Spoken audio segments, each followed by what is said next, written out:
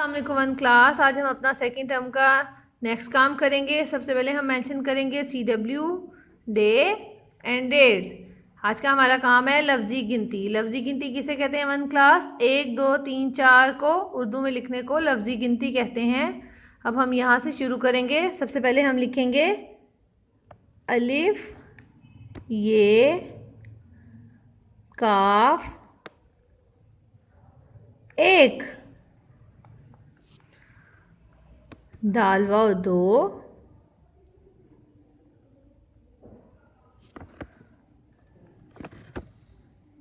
अगली लाइन पे जाएंगे वन क्लास। ते ये नून 3, चे अलिफ चा रे 4, पे अलिफ पा नून चे 5। अगली लाइन पे जाएंगे वन क्लास। 5 के बाद हम लिखेंगे वन क्लास 6, चे 2 चश्मी है 6, सीन अलिफ सा ते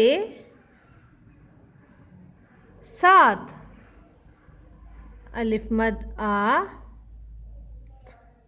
ठे 8। अब हम नेक्स्ट पेज पे जाएंगे वन क्लास। नून वाव 9,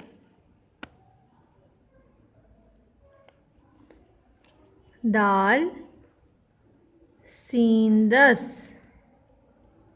आपने लफ्ज़ी गिनती याद करके अपनी रफ कॉपी पे राइट करनी है वन क्लास। ओके, अल्लाह हाफिज़।